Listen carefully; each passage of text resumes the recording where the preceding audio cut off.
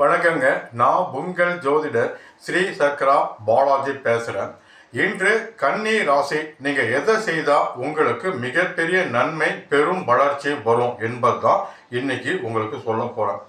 இந்த கன்னி ராசிக்குன்னு ஒரு மரம் இருக்குது. அது பெருமாளுக்கு உகந்த மரம், நெல்லி மரம். இந்த மரம் கோவிலில் நீங்கள் நடுவது மிக மிக சிறப்பு. இது கன்னி ராசிக்கு ஏற்ற இந்த மரம். இதே கன்னி ராசி உத்திரம் நட்சத்திரமா இருந்தீங்கன்னா அலாரி மரம் வைப்பது சிறப்பு.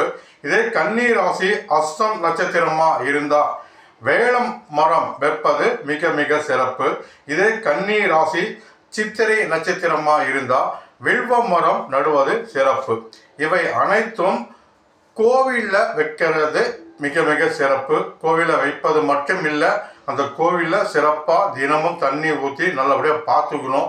இல்லை உங்கள் சொந்த நிலம் வீடோ மரம் வைக்கிற மாதிரி வசதி இருந்தால் நல்ல பாதுகாப்பாக சுத்தமாக அந்த இடத்துல மரத்தை வச்சு தினமும் தண்ணி ஊற்றி தினமும் நீங்கள் வணங்கி வருவது மிக பெரும் உங்கள் வாழ்நாள் முழுவதும் பெரும் வளர்ச்சி கொடுக்கும்.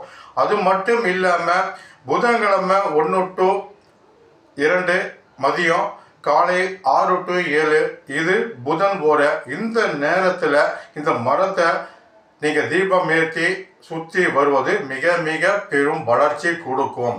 இது மட்டும் இல்லாமல் கன்னி ராசினாவே பெருமாளுக்கு உகந்த ராசி தான். நீங்கள் தென்னை மரம் வைப்பது நல்லது. ஏன்னா கன்னி ராசி உத்திரம் நட்சத்திரம் தான் ஐயப்பனோட நட்சத்திரம். இந்த கன்னி ராசி சேர்ந்தவங்க தான் 18 வருஷம் சபரிமலைக்கு போயிட்டு வந்திருப்பாங்க.